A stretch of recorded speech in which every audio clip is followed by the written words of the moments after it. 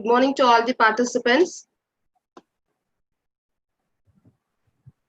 We will commence the session at 11 a.m. So participants are kindly requested to mute their microphones and as well as videos.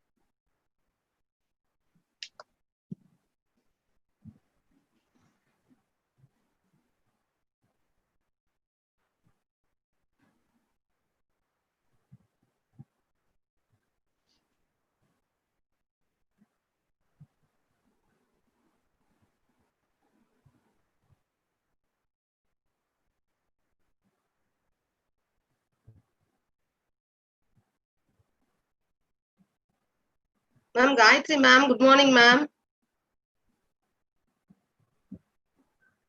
Ma'am, audio mute look.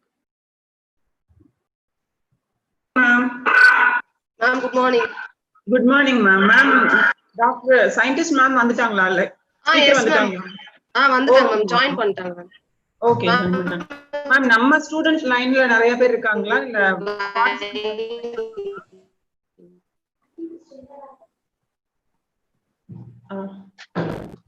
ma'am?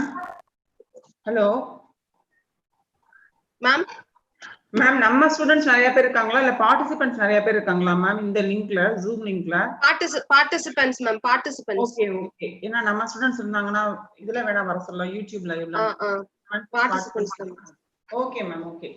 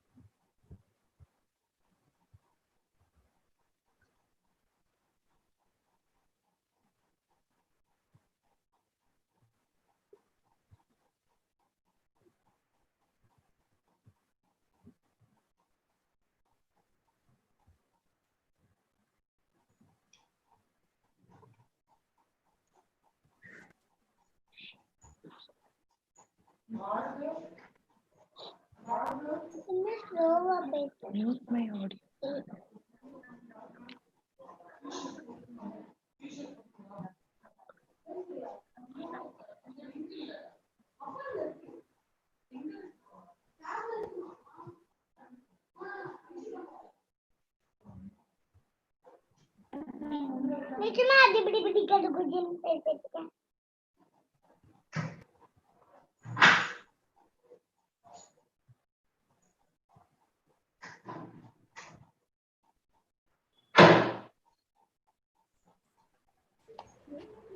Good morning to everyone. I hope all of you are doing well. I am Dr. Hema Sundari, here to engage you the day 2 session of Faculty Development Program. In this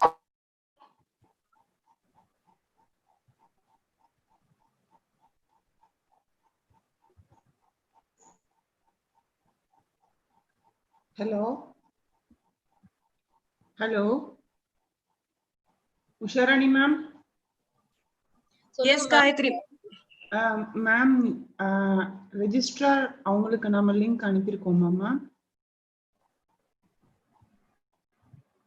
இல்ல ma'am, register participants link தான் ma'am நான் அனுப்பிச்சிருக்கேன். அனுப்பியிருக்கோம் இல்லையா? If possible வேற யாராவது இப்ப சொல்ல முடியுமா? Manikandan sir. Hello. Shobana ma'am. Shobana ma'am. Okay ma'am. Ma'am நானே ஃபார்வர்ட் பண்ணிடுறேன் மேம். நான் 2 மினிட்ஸ் திரும்ப லைன்ல வர முடியுமா? பேக் போயிட்டு. Yeah, you can do it, Gayatri ma'am. Okay ma'am. Shobna ma'am, within 2 minutes I will be back. Yeah, okay? no issues. Yes, okay ma'am. Okay.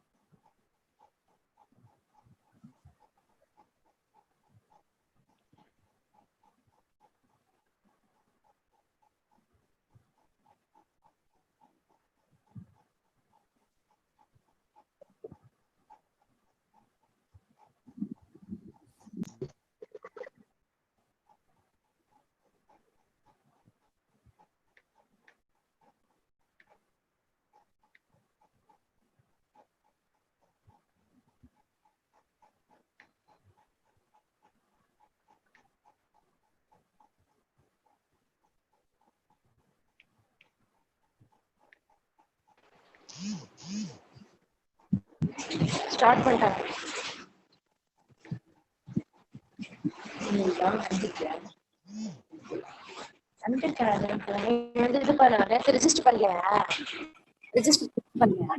Register பண்ணல வராது.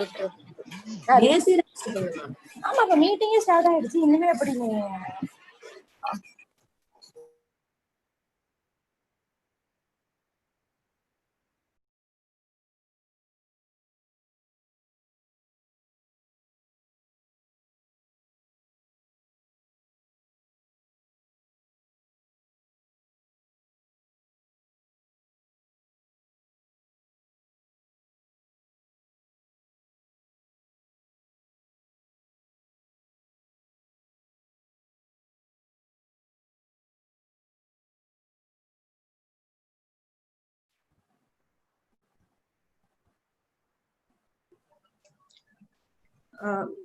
Usha Ravi ma'am, can we start ma'am? The participants have reached around 90. 90. Yes ma'am, we can start. We can start, Shobna. We can start, no ma'am? I am ready. Yes ma'am. Yes, Vidya ma'am, I think you can start. Yes ma'am, we'll start within few minutes.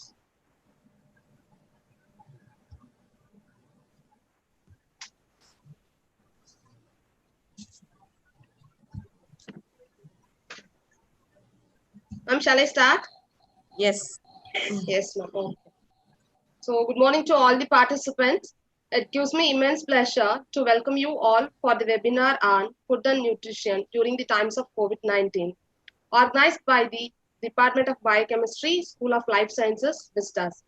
On behalf of all the faculty members from the Department of Biochemistry, it is my great privilege to express my gratitude to our Chairman Sir, Pro-Chancellor Aarti Ma'am, Pro-Chancellor Planning and Development Dr. Jyoti Murugan Sir, Pro-Vice Chancellor Dr. Sriman Narayanan,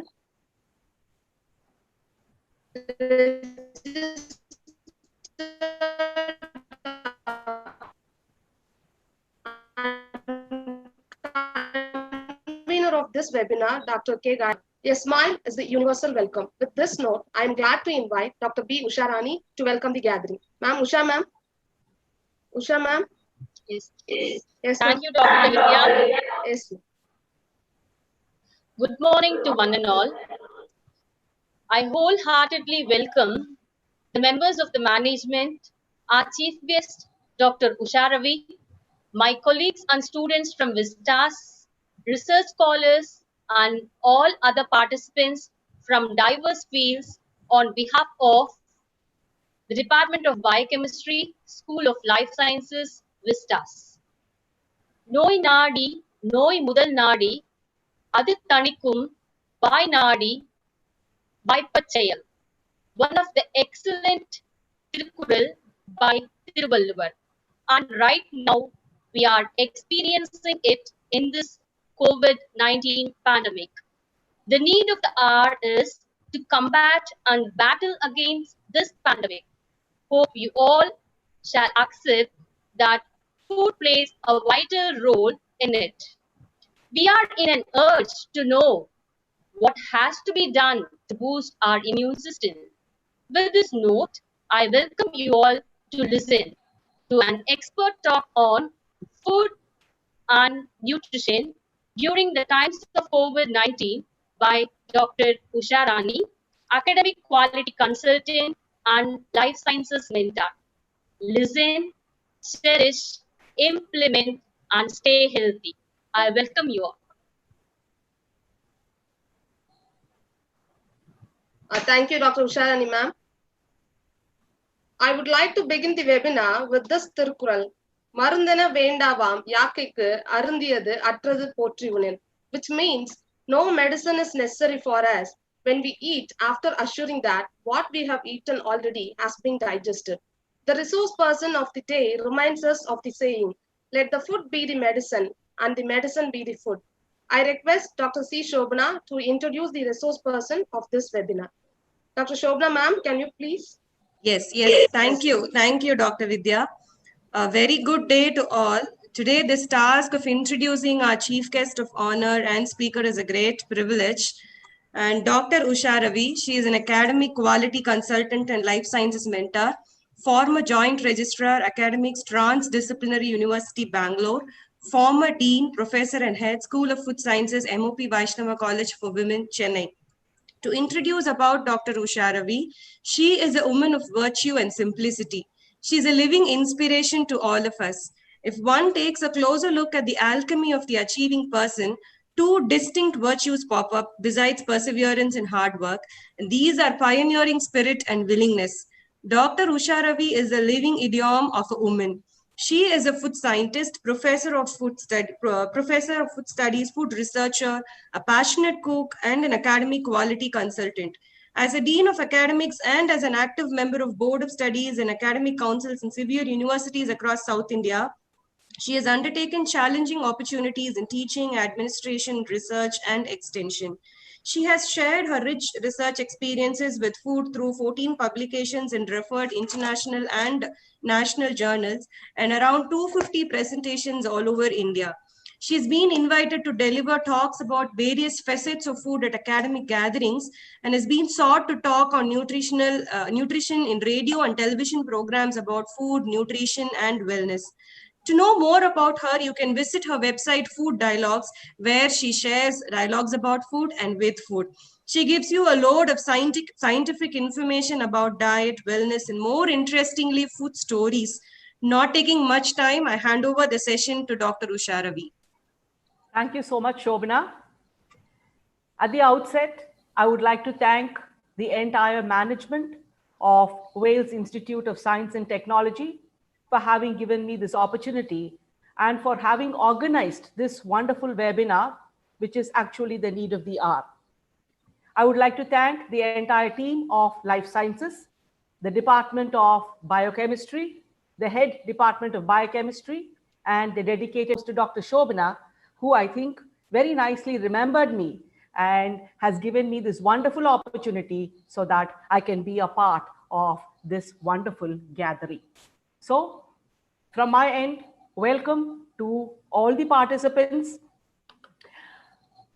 all the virtual participants who are available today.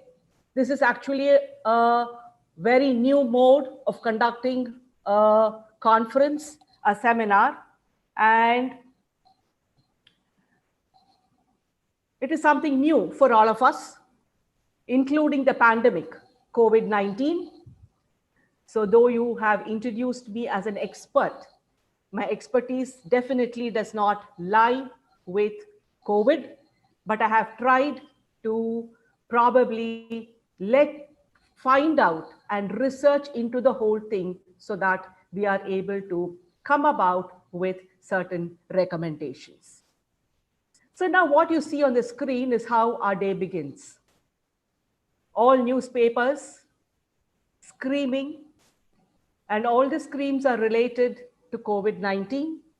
It is the corona, the COVID-19, whether the vaccine has been found, what is the food safety, what are the numbers, how many hospitals are full, whether there are empty beds. This is one side of the story. The other is something of real great worry. You're wondering what has happened to your hard-earned earnings. You have invested it. Is it safe? Is it going to come back to you? What is going to happen to the business? Are we going to flourish, or is it going to be doomsday? The future is totally uncertain. And similarly, there are a lot of scientific revelations which keep coming about, and we really do not know the truth behind the whole thing. They're trying to find out what is the relationship between the lung and the heart. Why is it that people have a heart attack and more heart attacks these days after the corona has set in? Is the lung-gut axis true? What is happening? How is this virus getting spread inside our bodies? And another worry is definitely about our little ones, all those who are going to schools and colleges, those who are at the threshold of their 12 standards, those who are at the threshold of the final year of the college, with a lot of dreams. So what's going to happen to all this is a constant worry. But despite all that, we have to pull ourselves up, and we have to keep our cool. We'll have to enjoy the day as it is, just like how we're going to enjoy this webinar. Before going on into the scientific details of what I'm supposed to speak today, I would like to share with you that the Sunday Times of India is a favorite magazine paper of mine. And there's a small column where many guests and many people who are well known share how they spend their Sunday morning. Meditation, yoga, jogging, hitting the gym, drinking a cup of green tea, a vegetable juice, a smoothie, and so on. I would love reading that, trying to find out how people live their lives and start their Sunday mornings. So now it's a godsend opportunity for all of us to do all this everyday morning. So let's not worry about the future. What future holds, none of us know. But today, the present times is definitely with you. And I think let us indulge in all that we could not do when we were running the rat race. So as I said, papers keep screaming about a lot of numbers. Now these are mere numbers to us, and we are really not absorbing the magnitude of these numbers at all. All that we want to see is the Indian discovery, the zero. So though the zero was something that was belittled as far as examination marks, papers, and things like that were concerned, but today we really want to see this zero everywhere as far as this pandemic and the virus is concerned. So all the questions that remain in our mind are what? What is this virus? What is it going to do to us? What is going to be our life henceforth? Why? Why has it surfaced all of a sudden? What could be the reasons? How has it come in? And when is it going to vanish? So these are the different questions that keep lingering in our minds on and off throughout the day. And you enter into the world of Google again, it gives you a lot of information about the corona and the COVID-19. Yesterday, I tried it, just 0.54 seconds, and this was the amount of information I got. And when you look at the sample of questions that people are asking, how does corona disease affect people? Is it dangerous? What are the risk factors? What could be the symptoms?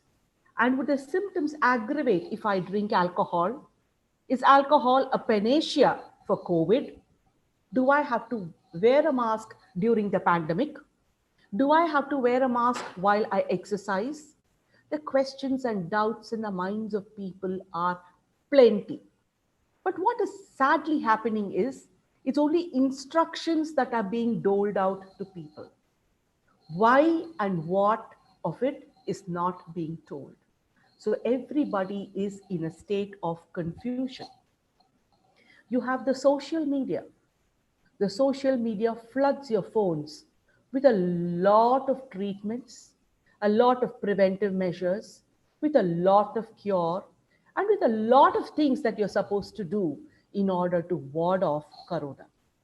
So corona has been connected, this particular virus has been connected to a lot of folklore. It has been connected to a lot of folk songs. People are making mockery out of it. Many are taking it too seriously. People are depressed. So this is the state of affairs. And social media, again, as I said, is on the rise, and it is trying to pump us with a lot of information. And we really do not know whether this information is the right one or not. So you find that your internet services, they undergo a crash, and you are actually in a chaotic state, a state of confusion, a state of unsettlement, because you really do not know what is happening and how it is happening and what exactly should you do. So what does this COVID-19 stand for? The CO stands for the name corona. This virus has been given the special name because you see those little crowns. Any small portion of the virus, you can see that it has a crown. And so this little king is actually now this autocratic king, a dictator king, in fact, is now ruling our lives as of today. The VI is for the virus and D is for the disease. So COVID. There are several coronas available, but we are now calling this as the 2019 novel coronavirus, or 2019 nCoV. So this virus actually belongs to the family of the SARS, the severe acute respiratory syndrome, and also some types of cold. Now, when you look at the fact that there was news in between which said that it is not a virus, but a bacteria. But definitely, COVID-19, the coronavirus, it is a virus and definitely not a bacteria. And there are many types of coronaviruses. Some give us common cold and some give us something as big as COVID-19. So this illness that is being caused by this novel coronavirus is what is called as the pandemic of COVID-19. So now let us see how the transmission of this COVID virus occurs. This is very important for us to know before we get on to the actualities about food. So it is a respiratory infection, and it is transmitted through droplets of different sizes.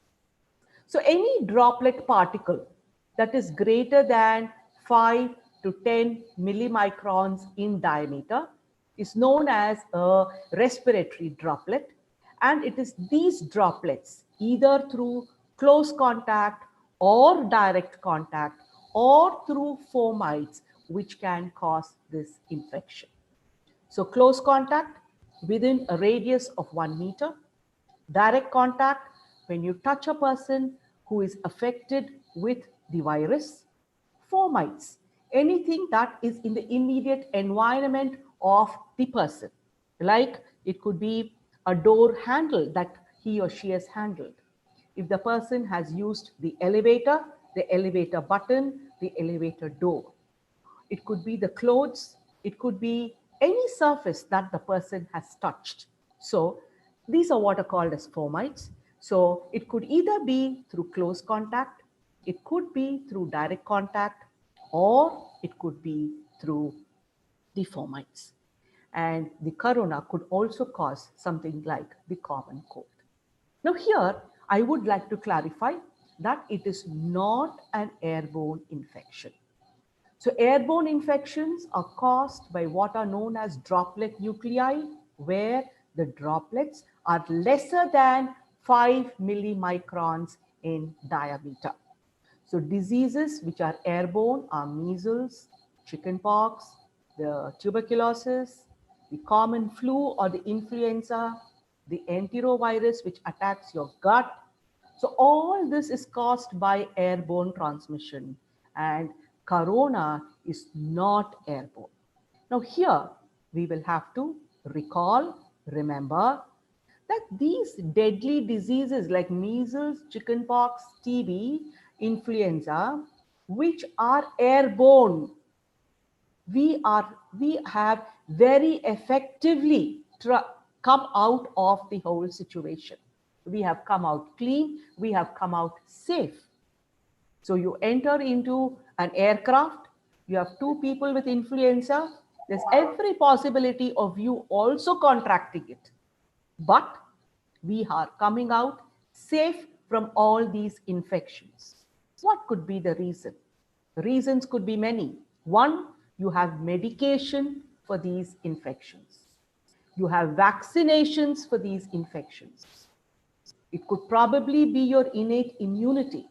It could be your health through food. So these infections, we are really not worried about. The measles vaccine, about 35 years back, yes, it has come in. And before that, we knew how to tackle a chickenpox virus or a measles in a very, very, very native way. And it was related to religion. So we always, any kind of a deadly bacteria or a virus was immediately related to religion. And people followed certain codes of conduct. People followed certain regulations. And all that because they did not want to invite the wrath of God. But today, with the advent of science and technology, and with the increase in literacy, and with the increase in knowledge levels, I think we cannot connect the coronavirus to any kind of a religion. We cannot say, you do this, this is what God is going to do to you, because nobody is going to believe us. But the rules and regulations which we followed in yesteryears for these deadly diseases definitely has to be followed for corona also. What I'm trying to impress upon all of you here is corona is a droplet infection. But all these other deadlier diseases are airborne. It is easier for you to contract these. But the only difference is these diseases have a cure. They have a vaccine as a preventive measure. And once this comes into the family, we are dead sure as to how to tackle it. Because somewhere, even though we might be scientists today, we might be great people in whatever professions we might be highly knowledgeable, we are still scared of God. So we definitely follow the rules and regulations to the T, and we are able to get away with these airborne infections. But what is happening to the corona? So how does this corona enter into our bodies? So the corona first hooks on. You see that it has got those spiky proteins. So it enters into your body through your nostrils, the throat. It starts entering into the healthy cells. The moment it enters the healthy cells, it starts multiplying. It starts making copies of itself. It multiplies to such an extent that it invades your entire body. And lung seems to be its favorite spot where it generally harbors. So the healthy cell multiplying, making several copies, and then spreading throughout our body with lung as its preferred domain. So how does it move through our body? So first, how does it come to our nostril itself? As I told you, it is a droplet infection. So it comes from the person's infected cough, sneeze, or even the breath. So that is why we talk about social distancing and wearing of the face mask. So when we say when we talk about sporting the face mask is not for the mouth or for the chin or for the neck. It is for your nostril, because it is through the nostril that the virus is going to gain entry into our bodies. You see a lot of clippings on the television which show people wearing a mask but not wearing it the right way. So the droplets from an infected person's cough could have fallen onto, it could have been sprayed onto you, it could have fallen onto certain surfaces, it could have fallen on to fruits and vegetables. It might sound gross, but that is the truth today. So it could be anything. It could be the air, it could be the surface that you touch. And finally, what are you doing? Without our knowledge, our hands go into our face. So the moment it enters the face, it slowly wriggles its way through the nostrils into our body. So that is why we say, don't touch the face, try to avoid it. It has to be conscious, it has to be a learned effort now. So the moment it enters into our nostril, it goes, latches itself onto the mucous membranes of our throat, and depending upon our immune system, it's going to take 2 to 14 days for us to know, for our body's response. So the kind of response, the kind of symptoms that the body is going to exhibit totally depends upon our immunity. So when you look at the symptoms could be a fever, it could be cough, shortness of breath, trouble in breathing, it could be nausea, diarrhea, loss of taste, smell. It need not be in this order, and it is not in any particular order for everybody. So each individual is unique. So each individual's immune system is going to react to this novel coronavirus in a different manner. So it is your body fighting against invadant. So how the fight is going to take place depends upon the host. And the kind of symptoms the person is going to exhibit is also going to vary depending upon the immune system of the person. You do get a lot of messages which say that this is how the symptoms are going to progress. On day 1, you will have this. On day 2, it is going to be this. 3, 4, 5, 6, and 14th day, it's going to be this. And 15th day, you're going to die. So this is how morbid things have become now. But let me assure you, the symptoms, what we have gathered from what we have seen, as I have told you, it is a novel coronavirus. We really do not know what kind of symptoms each and everybody's body is going to exhibit when this virus invades our cells. So here, these are probably the sum total of the symptoms that we have seen till today. Probably something new might crop up tomorrow. And there is a little bit of extrapolation also, because we know when it affects the throat, these are probably going by our previous knowledge. When it affects the throat, it could happen. All these things could also happen. When it's going to affect your lung, these things could happen. So based on what we have seen now, based on our previous knowledge of infection of your throat, your lung, and your body by viruses, this collation of symptoms has been brought about, and there is no particular kind, no particular pathway of progression as far as the symptoms are concerned. Probably you could find certain commonalities. There might be differences too. So as I told you, all this depends upon the person and his or her immune system and the state of health, very importantly.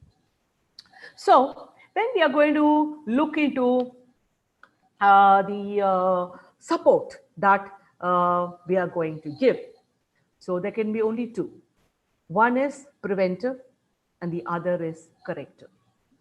So preventive, again, I do not know, because we are just trying to safeguard ourselves from this virus. Having studied its modality in this short period of time, I think we have really started taking interest in this virus only from this January on.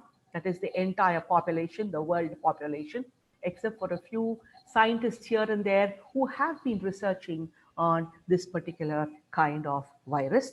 But the mutations are large, so we really do not know. And so the whole thing has to be more by trial and error.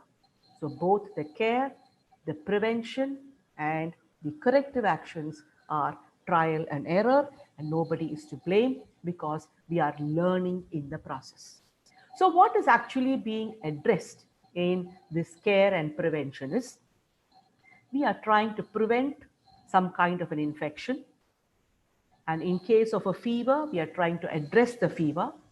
We are trying to address the respiratory symptoms. Definitely respiratory symptoms will surface because, as I told you, the main harbor for this COVID-19 is your lungs. So though the other axis, the lung heart and the lung gut axis is trying, the scientists are trying to establish it, but yet the major area in our bodies which is going to be afflicted by this virus is the lung. So respiratory symptoms will definitely surface, and of course the general health of the person. So as I told you, everything is in a state of trial and error. So we are falling back, we are leaning back on our knowledge about viral infections, about fever, respiratory symptoms, and the general health. Now, let us see about the good hygiene practices, because now when you talk about an infection, fever, respiratory symptoms, or general health, automatically what comes to our mind are good hygiene practices. It's quite unfortunate that we have to talk about good hygiene practices today. We will have to tell people, wash your hands frequently, wear a mask, stay at home if you're sick, use a tissue when you cough, or sneeze into your arm, not into your hand, use single-use tissues. So all these things we have to repeatedly tell people, and it is quite sad that the basic hygienic practices have to be taught to a wide population. This is something that we as an individual will have to practice, corona or not. So whether it is a pandemic, COVID-19 pandemic, or an absolutely a normal situation, these are the basic hygienic practices that one will have to follow. I think in the lower classes, your children are taught to cough with your hands near the mouth. And when you sneeze, to cover your mouth so that the droplets do not spread out. So this is the kind of etiquette that is being taught in schools. But why is it that we do not follow? And washing hands is something I think we as an Indian community have been doing always, because our hands are something that we are using for everything. Whether it is purchase of food, we just don't pick up packets. We feel our food. Whether it is a rice or a pulse or a vegetable, we would like to touch that food ingredient before we drop it into our shopping basket. We would like to see whether the fruit is firm, whether the potato is firm. So we would like that touch and feel is something that we enjoy as a part of food shopping. And it is just not that. We immediately wash it. And we do a lot of pre-preparation using our hands. We don't use spoons. We don't use spatulas. We beat our food. We beat our dosa and idli batter with our hands. And we make our chapati dough. We make the chapatis using our hands. And we finally eat the food that we have cooked using our hands. So washing hands has been an inherent part of our daily activity. And it is sad to see that everybody today, every newspaper, every periodical, and every the television and all your social media screaming at you and telling you, please wash your hands frequently. Wearing of mask, of course, is something new to us. And I told you the reason behind why we have to wear a mask and how exactly we will have to wear a mask. Because the moment you start going out, it is not possible for us to always sit in the confines of our home. There is going to be a day where all of us are definitely going to go out. We do not know the corona is going to stay or whether the corona is going to vanish. But the mask is very important because it is going to stop the droplets from entering into your nostril. So the basic appropriate hygienic practices are essential. And we have to give all this a lot of thrust because we still have not got an appropriate vaccine. So till such time the vaccine has been discovered, we definitely will have to follow the mask. And of course, all the other hygiene practices have to stay with us whether the coronavirus is going to be there or not. And definitely every corporate is worried. Now they have started bringing out ways by which they are trying to insist that their employees must wash hands. So the basic hygienic practices, I think every employer is trying to instill in the minds of their employees. And they're trying to enforce it by several regulations. Do we require, this is where we have to, as students, I think we'll have to give it a thought. Do we require an enforcement? Because all this is being told for our good. As I told you, 14 days death, definitely we do not want that. So all these enforcements are being done for our own good, so that our lives are saved, so that we remain healthy. We are able to outbeat the pandemic.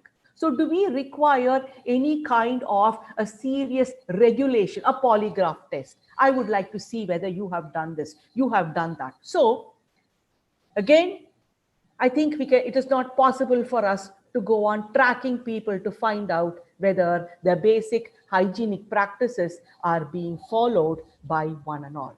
So hygienic practices are here to stay. And as I told you, we have to definitely address the immunity and immune systems at different levels. So the first line of defense, where the virus is going to infect you on the surface. The second line, the moment it starts getting into your body. And the third line, the moment it starts affecting your cells, multiplying inside your body and invading every cell and tissue of your body and taking a total command of your body. So this is what is the scenario today. So a little bit about the immune system, because this knowledge is definitely required before we go on to food. So all of you know, as life sciences faculty and life sciences students, so all of you know that it is a complex ensemble of biological entities. The entities could be your tissues, your cells, your organelles, and also different processes like inflammation, tolerance, immune tolerance, and so on. And all this, your immune system is what is going to protect you, both from the external as well as the internal threats. So what could be the external threats? The external threats are nothing but your microorganisms. So what we are talking about today, the novel coronavirus is definitely an external threat. The toxic products that it is going to cause inside your body is another external threat to you. And the internal threats, microorganisms that are otherwise normal. Commensals, you find that a lot of organisms live with you. So there is some kind of a symbiotic, there is some kind of a relationship between the host and the microorganism. Good, bad, the body knows how to tackle it.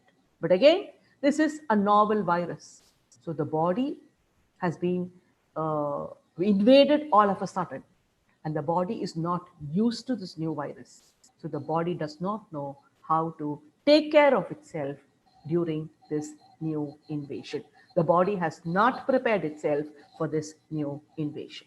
So generally, internal threats could be from microorganisms, which are otherwise, or let's say new microorganisms which enter into our body, or it could be because of abnormal cells. Our cells are now becoming abnormal. With the advent of the novel coronavirus into our cells, the cells are not the same anymore. And the tendency of the immune system to attack itself, autoimmunity, which does not come in over here now.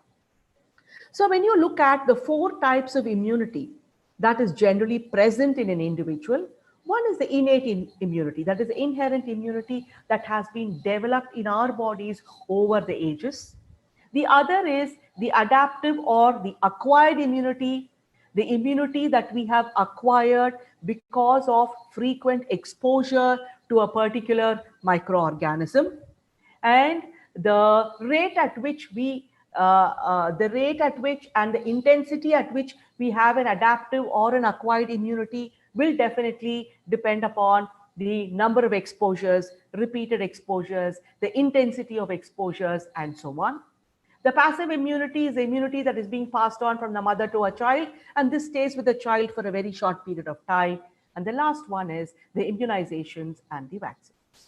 So when we look at these 4 types of immunity and relate it to the current pandemic, we definitely cannot rely on immunizations today, because developing a vaccine is not a one-night show. So researchers and scientists have started working on it. They're trying to understand the invader and trying to find out what could probably prevent it in our bodies and safeguard our bodies. So immunization, not now. Passive immunity, all of us as adults have lost it. We don't have it with us. So only 2 things that we can rely on are our innate immunity and our adaptive or acquired immunity. Now, even for this adaptive immunity, we really do not know. We are getting exposed to the novel COVID-19. Whether all of us are developing that immunological drama inside our bodies is still not tested. We are still not aware. But however, we can say that definitely we are going to be exposed. Probably we will come out successful with an acquired immunity for COVID-19. And again over here, we do not know people who have tested positive and who have come out safe, whether they will not get infected with this virus again.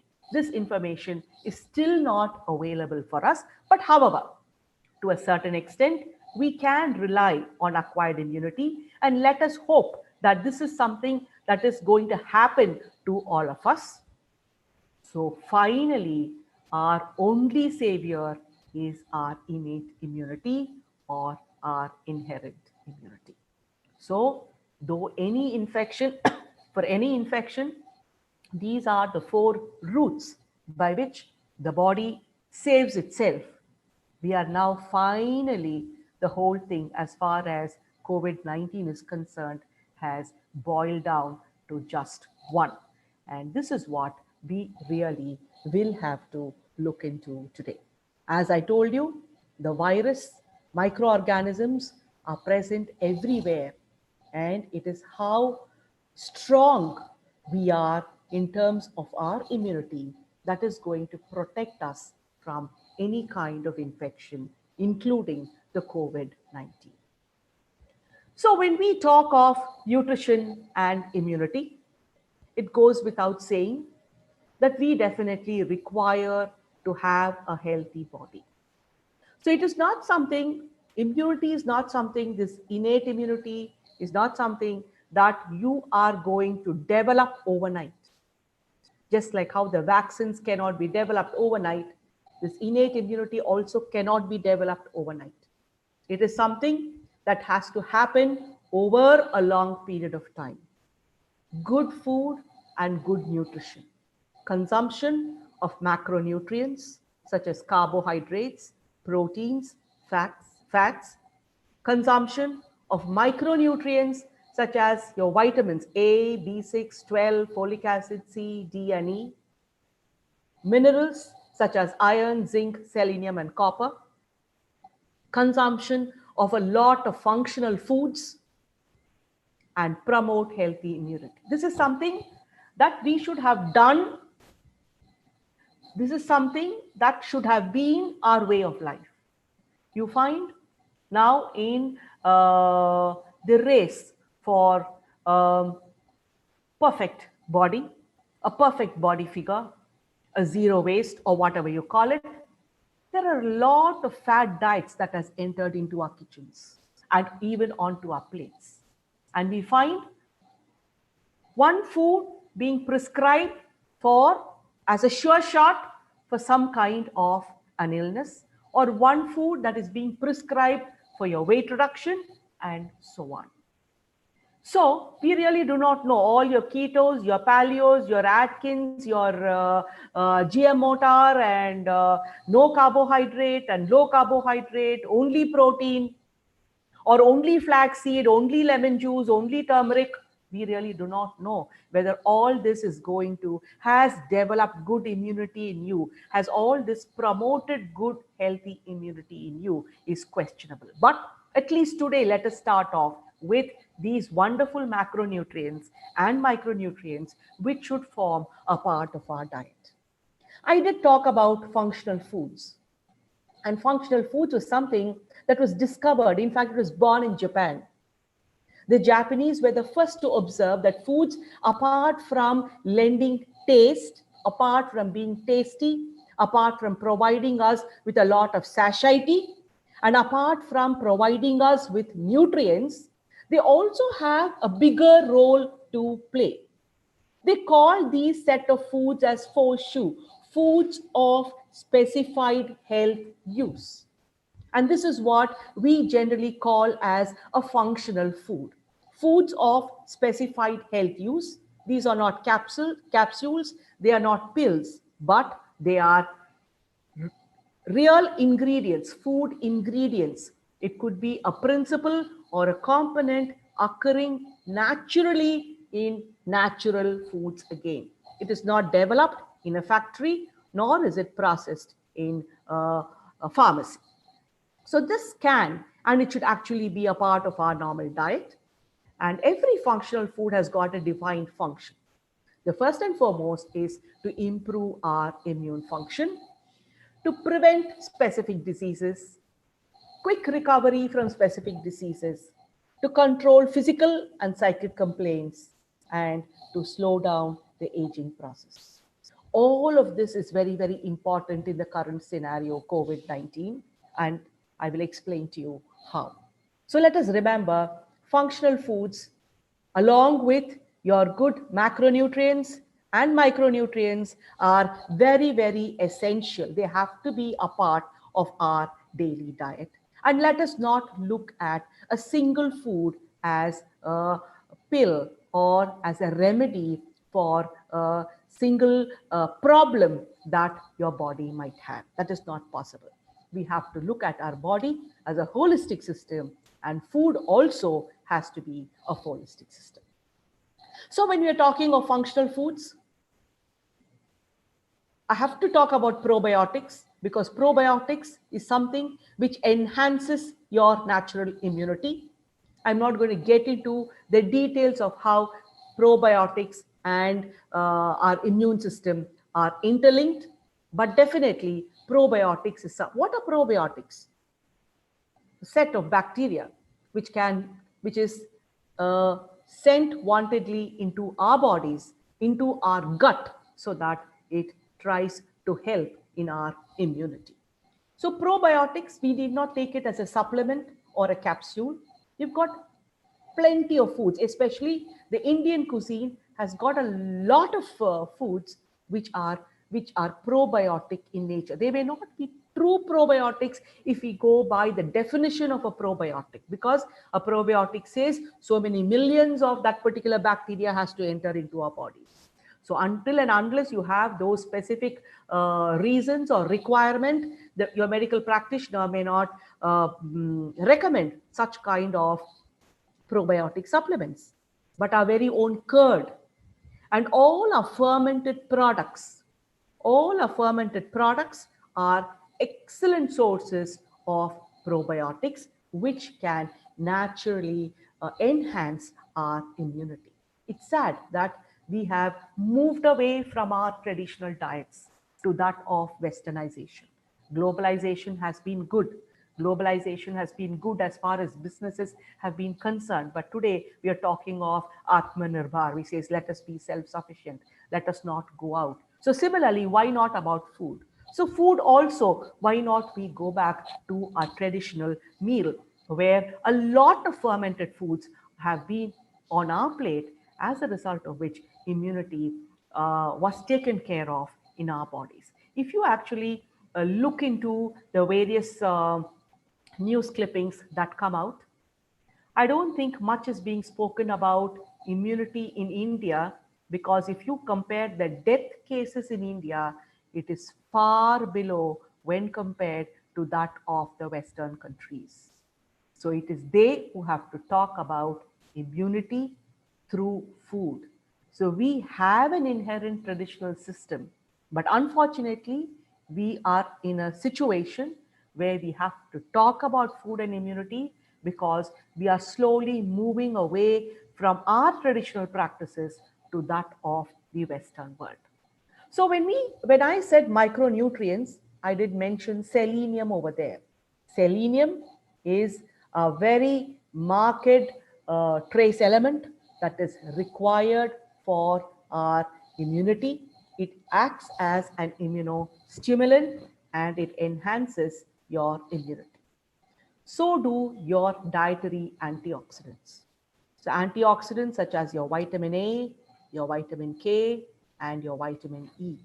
So all this is definitely required for your body.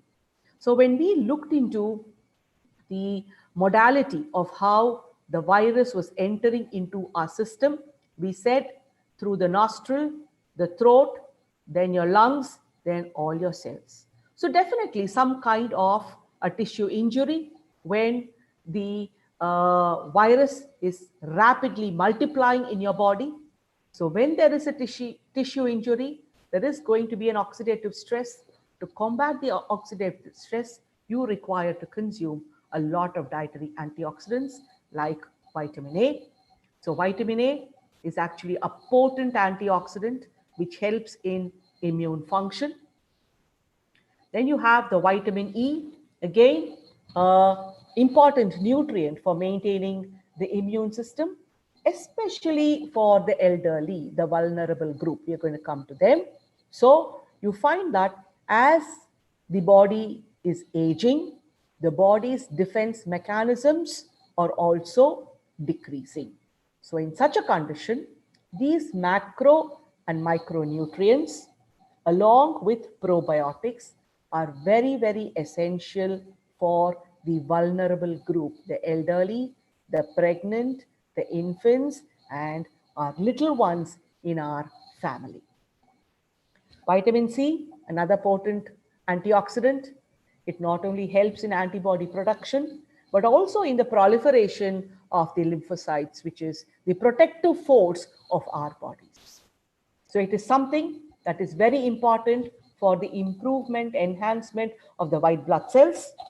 And another point that you have to note as far as vitamin C is concerned is the pulmonary function. It helps in the pulmonary function because one symptom that we did see of the novel corona was that it affects the lungs, as a result of which respiratory symptoms surface. The person has difficulty in breathing.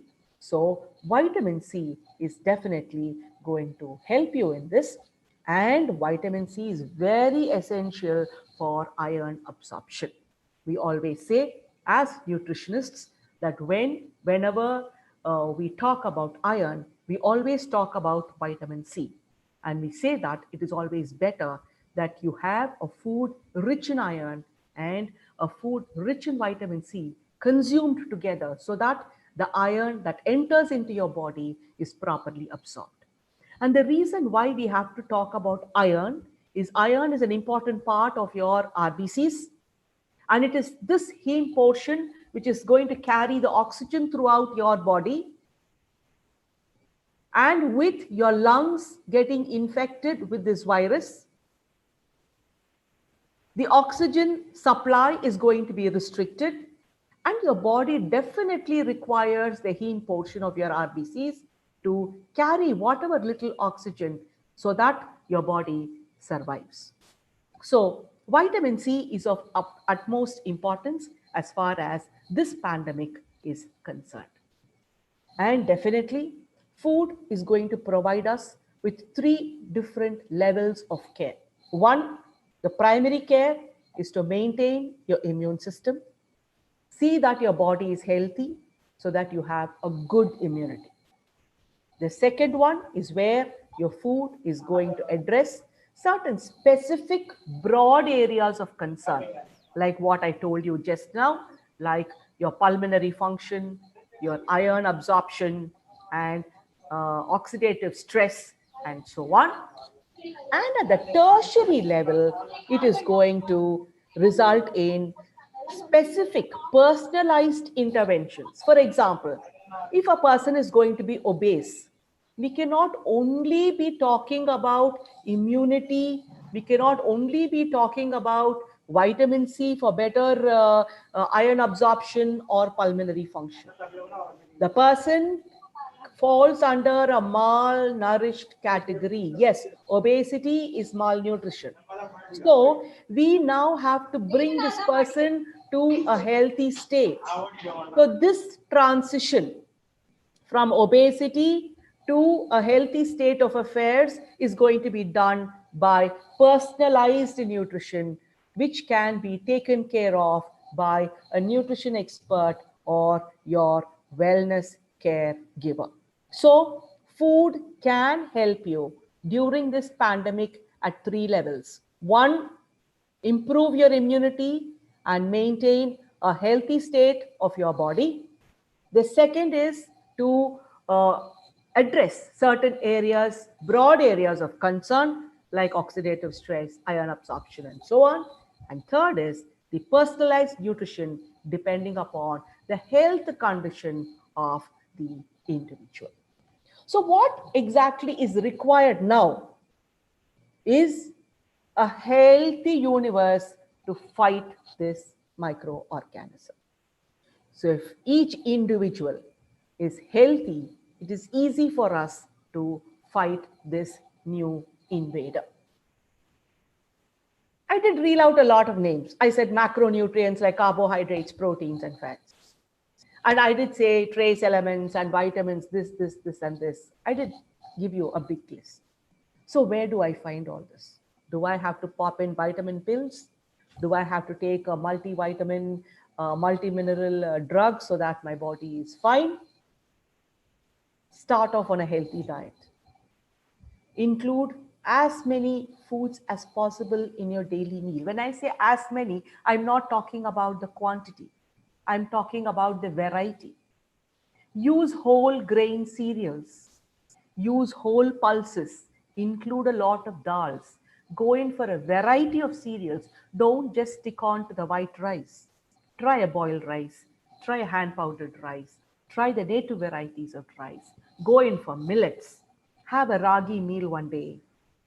Go in for whole pulses. Go in for split dals. Go in for unpolished dals. Go in for fresh pulses.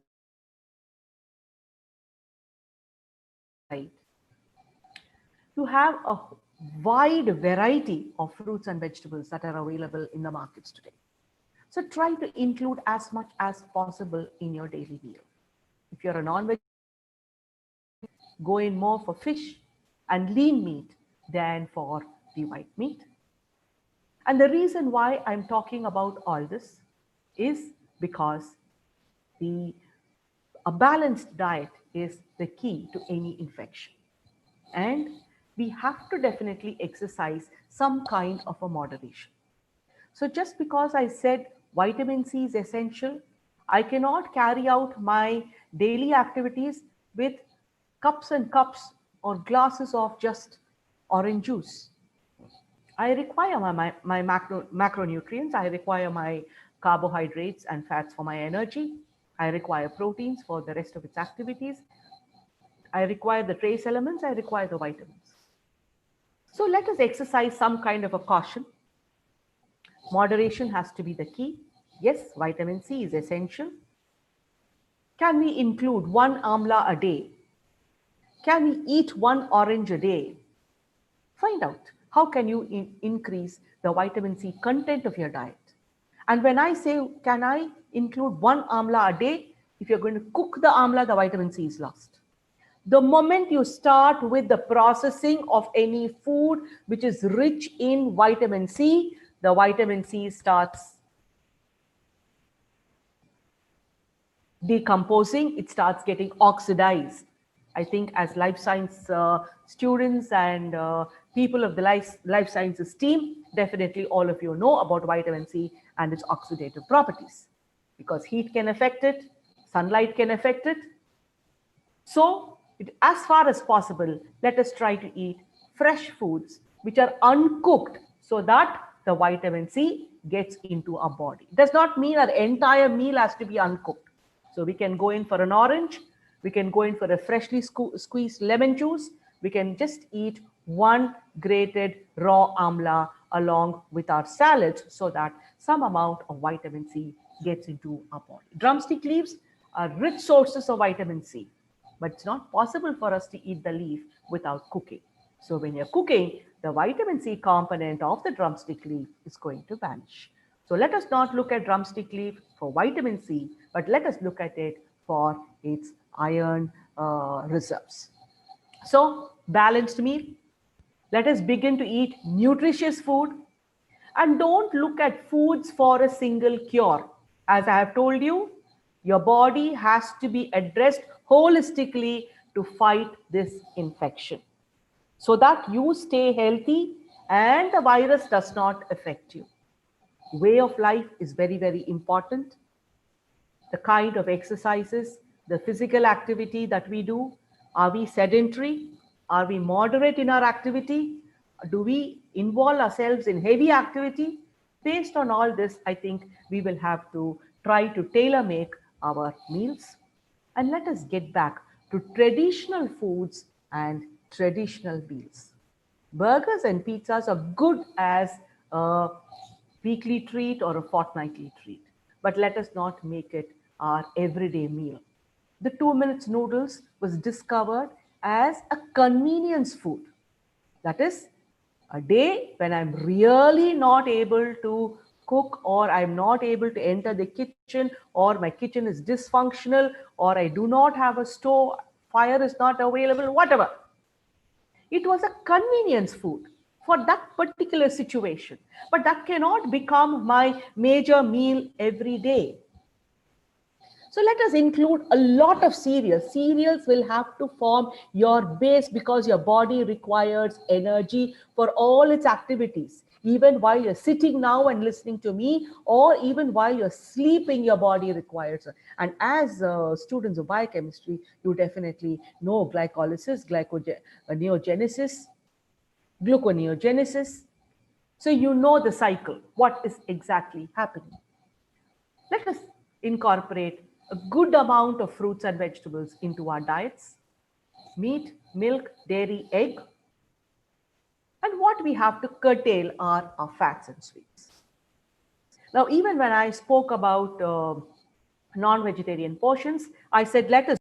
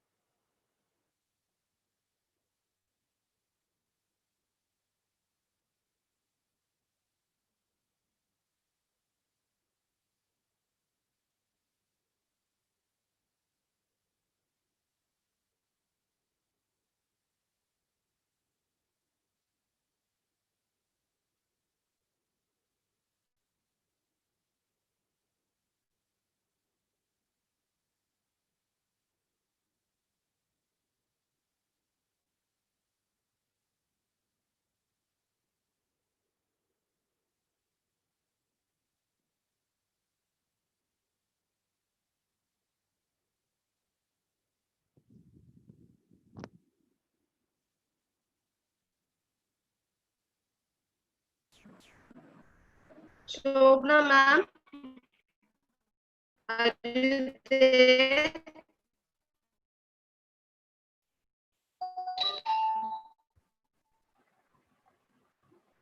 Shobna ma'am. Vidya ma'am, I'm checking. There's some problem with the speaker side, ma'am. I'm just checking. Ma'am, Shobna ma'am, can you able to... Yes, ma'am, I can hear you. I can hear you.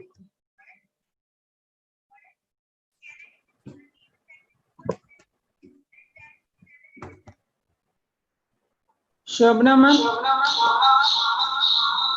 Ma'am, I can hear, ma'am. I'm contacting the speaker, ma'am. Once again, there is some problem with her side, I believe. Okay, ma'am.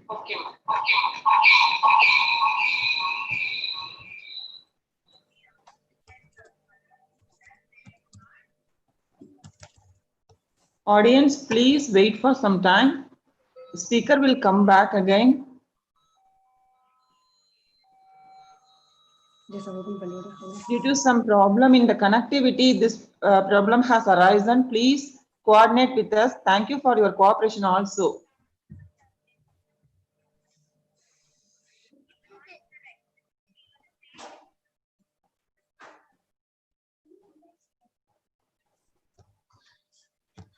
Ma'am, I think...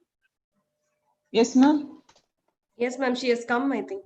Ma'am, Okay. resource person has joined now. Yes, ma'am. Join now.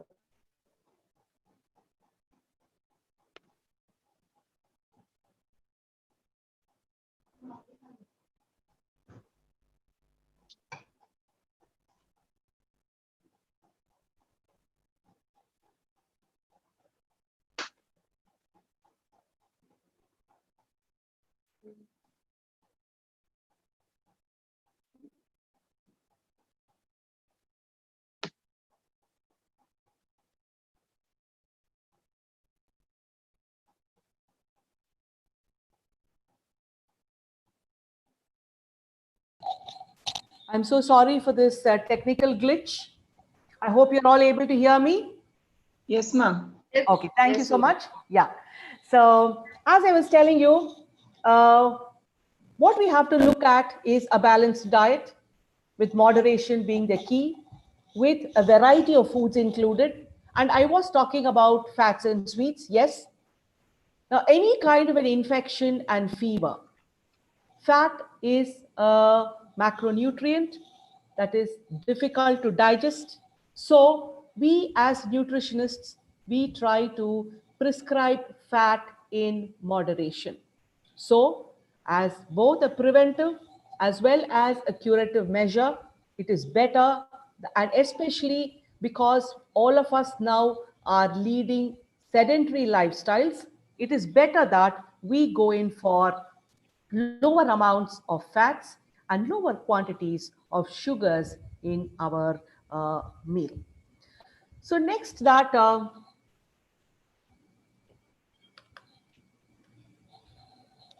another thing that I would like to touch upon are, everybody keeps talking about this, Indian foods and immune boosters. So everywhere you hear about turmeric, you hear about the pepper, you hear about our tulsi, you hear about ginger, garlic, and so on. Turmeric, yes, there has been a lot of research that has gone into it, scientific research. The curcumin is the principle in the turmeric, which is an antioxidant. I told you we do require antioxidants. It is a polyphenolic compound. It is an antibacterial. It's an antiviral. And most importantly, it prevents any kind of viral replication. It prevents any kind of a viral replication, and it has been proven. So the impact of curcumin as an immunity booster has been proven. So, and we are, when you look into our Indian cuisine, whatever may be, whether we are from the north or from the south, east or west, turmeric is an important component of our everyday meal. And another important thing about turmeric is, as I told you, antibacterial and antiviral, it also controls inflammation. It reduces inflammation and oxidative stress. So all these have been proven by scientific researchers, both in India and abroad. So inclusion of turmeric as a part of our daily diet is commonly done.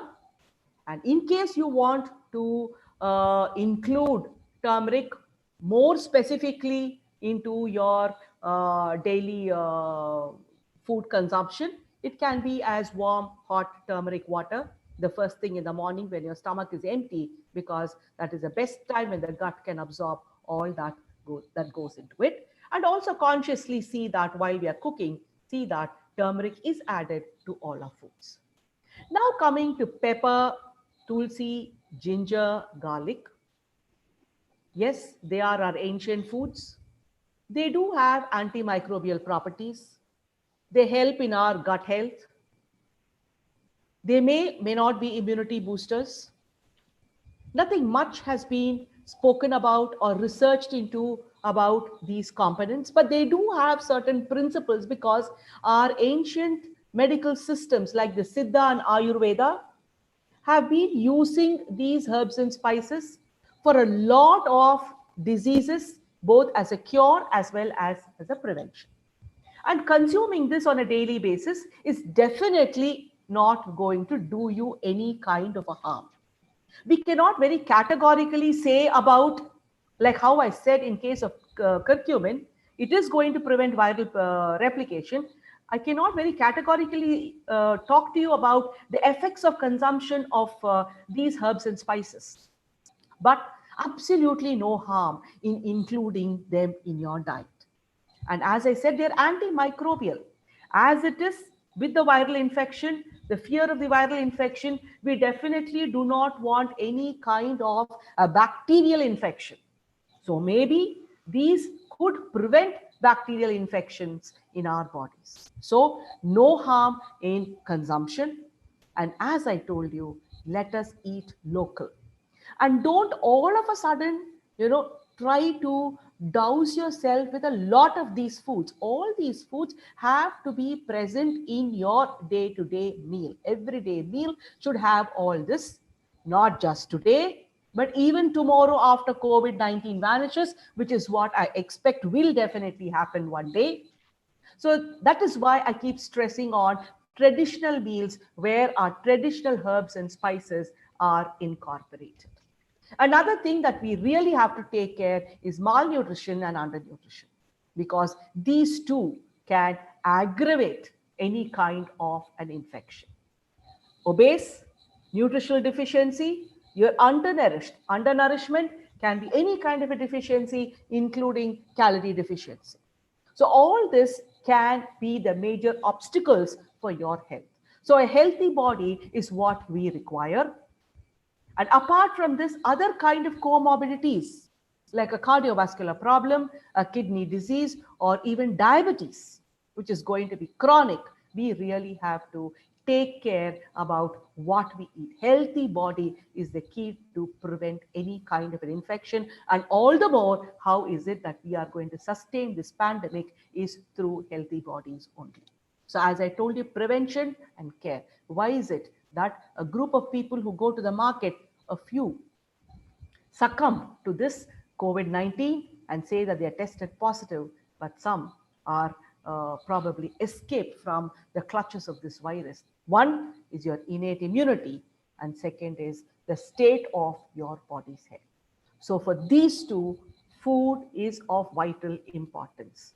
And again, now coming on to your vulnerable group, the infants, the elderly, the children, and the pregnant women.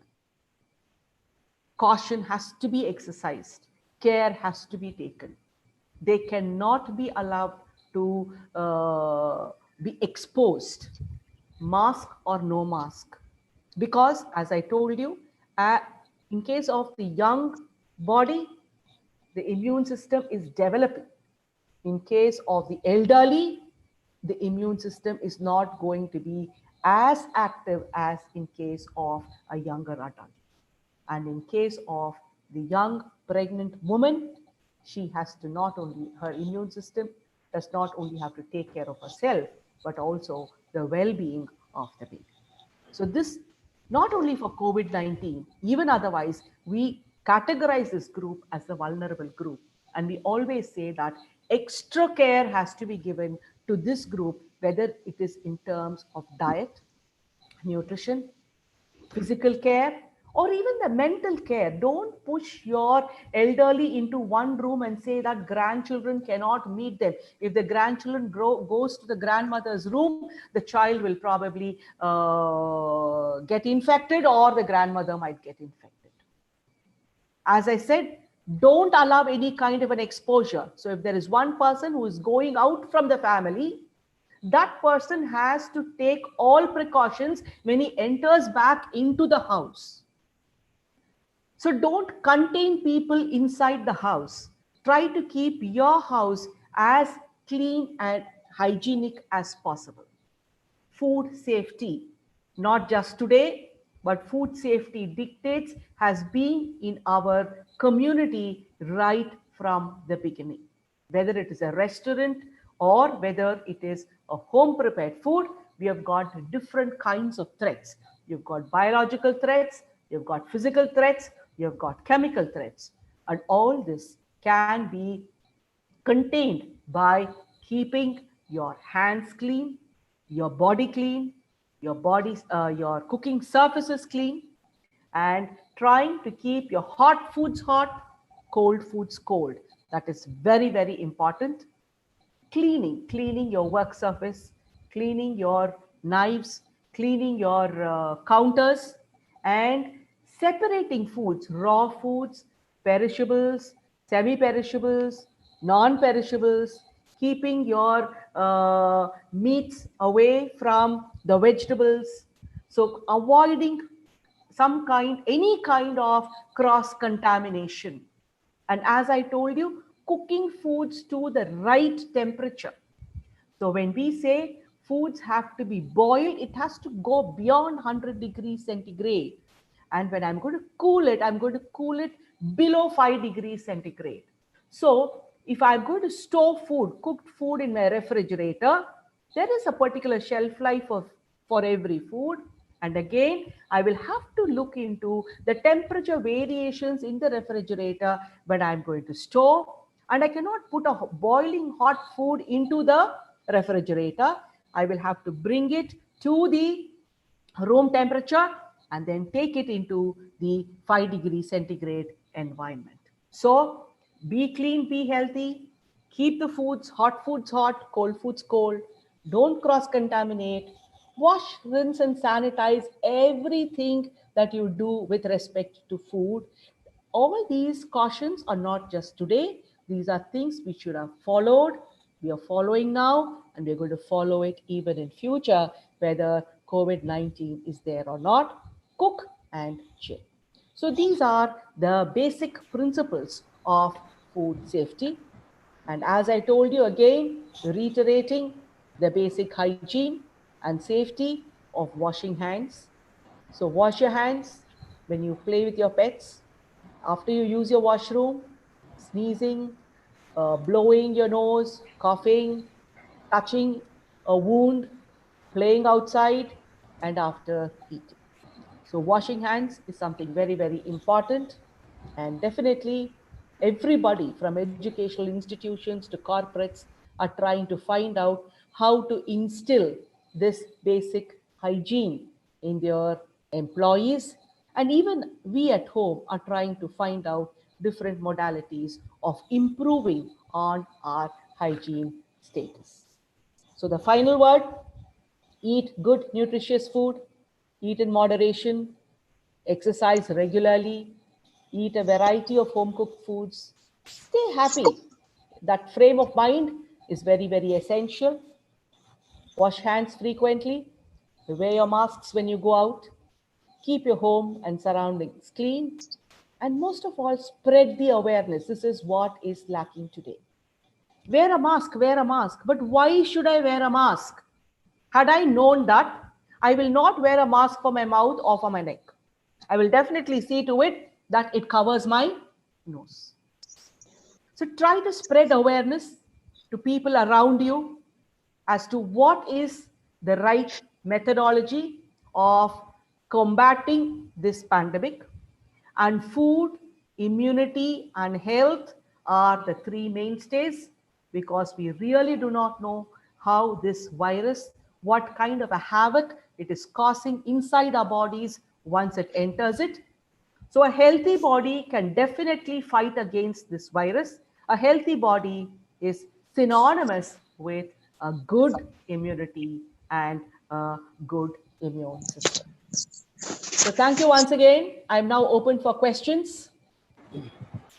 Yes, ma'am. Thank you, ma'am, for your wonderful presentation and the clear explanation. We are very happy to see this. You have explained everything in a fantabulous manner, even in the naming of corona basics and the preventive measures we have to take, and also the nutritional foods which can enhance our immunity to combat COVID in this time. As you said, good nutrition is crucial for our health, particularly in times of COVID-19, because when the immune system, which, thank you, ma'am, once again. Shall we move on for the question session? Please, Ma'am, the first question from the Dr. Bulaja Manivakan. Yes, ma'am. Is there any specific preventive measures for kids below 12 years? And also, she has asked, what are the foods to improve the immune system, especially for the adults and kids? This is the first question from the Bulaja Manivakan. Yeah. So when you talk of children below 12, I told you they are the vulnerable group. We really have to take care of them. Their immune system is developing, and the precautions that you will have to take with your child is school is not important today, okay? And that is the last thing that is on our minds.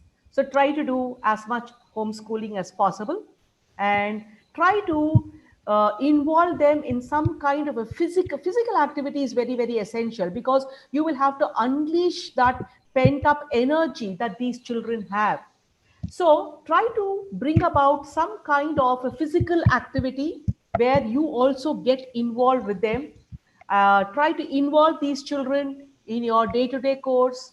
Take them up to the terrace. Again, when you take them up to your apartment terrace, see that there are not too many people around. So there also social distancing is very, very important. So if it is a huge apartment, try to have time slots as to when your family is going to go up for physical activity. And as I told you, special foods for anybody, everybody in the family is only this. So a lot of whole grain cereals and pulses, loads of fruits and vegetables. So this is what is going to help on your immunity, because if you had seen my previous slide where I spoke about the various nutrients that are required, we spoke about antioxidants like vitamin A, vitamin E, vitamin C. I spoke about probiotics. I spoke about minerals. So these are the best kind of food ingredients which can provide you with all this so that your immunity improves. Yes, ma'am. Thank you for your answer, ma'am. The next question will be, do we require to sanitize the grocery or the vegetables when we buy regularly? Yeah. Or can we expose to the COVID and our immunity is working against without our knowledge? Now, this is something, that I've even seen a lot of YouTube videos where people used to wash the milk packets with hand sanitizer and hand wash. So that is going to one end, or it is taking things to an extreme. So as I was talking to you about food safety, I did say that we will have to exercise. So be clean, be healthy, wash, rinse, and sanitize. So when this is not something that we should do just now, but always. So when you're having, your milk packet comes in, it could have gone through different hands, not just now, even earlier. So the best thing that you do is to wash it under running water, wipe it with a neat kitchen towel, store it, or you're going to break the packet open and start boiling the milk. Now, when it comes to grocery items that you get from the supermarket shelves, now most of our grocery items comes in plastic packs. And so far, the information that we have got is the virus does not stay on plastics for a long period of time. So as a additional precautionary measure, what you can do is you can ask your grocery store to pack it into a carton or into the shopping bags that you take. Get the carton or the shopping bag, leave it in one corner of the house where many of you don't go. Leave it there for about 24 hours before you start using that grocery. And when it comes to fruits and vegetables, it is not the fruit or the vegetable that is going to cause the infection. As I told you, it is a droplet infection. So if I have the infection, I am going to sneeze or cough without my mask, the droplet definitely is going to fall onto your fruit or vegetable. And if if you touch that immediately after this has happened with me, there is a possibility of the droplet infection catching onto your hand, you touching your face, the virus going onto your face, nostril, lung, and so on. So this is actually the root. So when you buy fruits and vegetables, don't touch them. I think this is the time where touch and feel, I think we should stop with that. So put it into your grocery bag, tilt it into your sink, wash the vegetable, and then dry it in your kitchen towel before you pack it away in your refrigerator. So these are the small cautionary measures that you will have to take so that the infection does not enter into our homes. The next question from the participant Tamari Selvi. Can the mask be reused, ma'am? And what about the safety of the cloth mask? Yeah. See, there are a lot of things that has come about now. They say, if it is a cloth mask, of course, we can reuse it. We can wash it and use it. But again, they say, no, it has to be 3-ply. There has to be 3 layers, 2 layers, and a lot of things. But we do not know how far these things are true. So at the most, instead of covering your nose and mouth with a dupatta, what I would suggest is go in for a multi-layer mask, a cloth mask, which you can, as soon as you come in, remove it, wash it, and dry it in the sun, and you can always reuse it. So as I've told you, how the mask prevents the infection. So going with a mask is very, very important. And if it is a cloth mask, you can definitely wash it and reuse it. That's very, very, very important. Yes, sir. The next question from the participant Preeti. She wants to know all the medicinal properties which is found in the Indian home recipe rasam itself. So is it the antiviral traditional method or it can be preventing from the COVID-19? See, yes, rasam has gained a lot of importance during this pandemic. And as I told you, yes, rasam has turmeric. And turmeric is the only one with proven properties which can prevent viral replication. But the others like pepper, ginger, your curry leaf, or the coriander, all these are more antibacterial in nature. There's nothing wrong in drinking a rasam. And a rasam is all the more soothing when you have a sore throat. So that is the kind of support the rasam is going to give you. And I did say that pepper, ginger, all this has been used in our traditional medicines like Ayurveda and Siddha. So there is probably something good that this does to our body, but again, it is not proven. No harm in having it at all. The only thing that we can scientifically, categorically say is about the turmeric. But pepper, ginger, yes, Ayurvedic texts do talk about the goodness of these during an infection. There's nothing wrong in having it. But we cannot say that rasam is what is going to cure COVID-19. That cannot happen.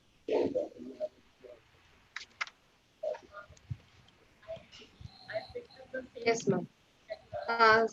There are so many questions are coming up. Since we will have to wind up the session, this is the last question. You can always send me a mail, Vidya, and I will reply. Yes, ma'am. Sure, ma'am. Thank you. So this is the last question. So can India tackle about the herd immunity now? Because since it is the second phase of COVID something. Okay. So They what say about the that, herd immunity, ma'am? Herd immunity. see, now when we talk of herd immunity, we can look at it in two ways. One is, yes, it's good. So herd immunity is like the survival of the fittest. So those who are absolutely healthy, those who have the best of immunity, a good immune system, they will survive and the others are going to succumb. When I say this itself, the whole thing feels sad. Okay. So, but we do not know what's going to happen. And tackling herd, there's nothing to tackle in a herd immunity. So it is a group, a big community. So if it's going to be a community spread, so those who will survive the whole thing are those who have a healthy body with a good immune system. We'll wind up the session with the last question. So, I'm not able to hear you. I'm not able to hear you. Your voice is breaking. difference between the coronavirus and the normal viral fever. So, what is your advice to protect the coronavirus? I'm not able to hear you at all. Yes, ma'am. How to find the difference between the normal viral fever and the coronavirus fever? See, How that is can what we able to differentiate yeah. So here again, the corona. Ma'am, is it audible, ma'am, now? Yeah. There's absolutely no short way for distinction. Okay. So once you get the fever, then automatically now in this situation, what we think is it could be because of coronavirus and the associated symptoms. So that is why the moment you fall sick with high temperature, so immediately we report to a hospital where the swab tests are done to ascertain whether, till then what they will be doing is only treating you for fever, just like any other fever.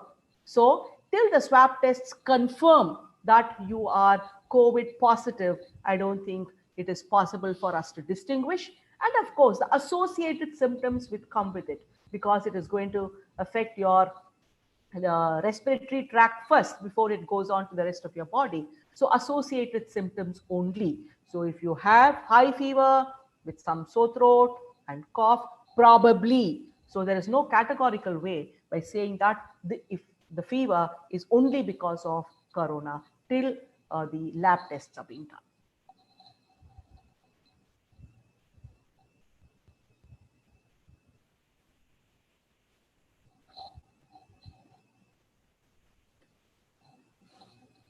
Yes, ma'am. Thank you, ma'am. Thank you again for your wonderful presentation and the clear explanation. So, webinar definitely a fruitful session to everyone. To express our sense of gratitude, I'm glad to invite Dr. S. Perumal to deliver the vote of thanks. So, Dr. Perumal, sir. Yeah, thank you, Dr. Vidya, for my turns. Dear participants, actually my front camera is not working properly, so don't mistake me. Really sorry for that.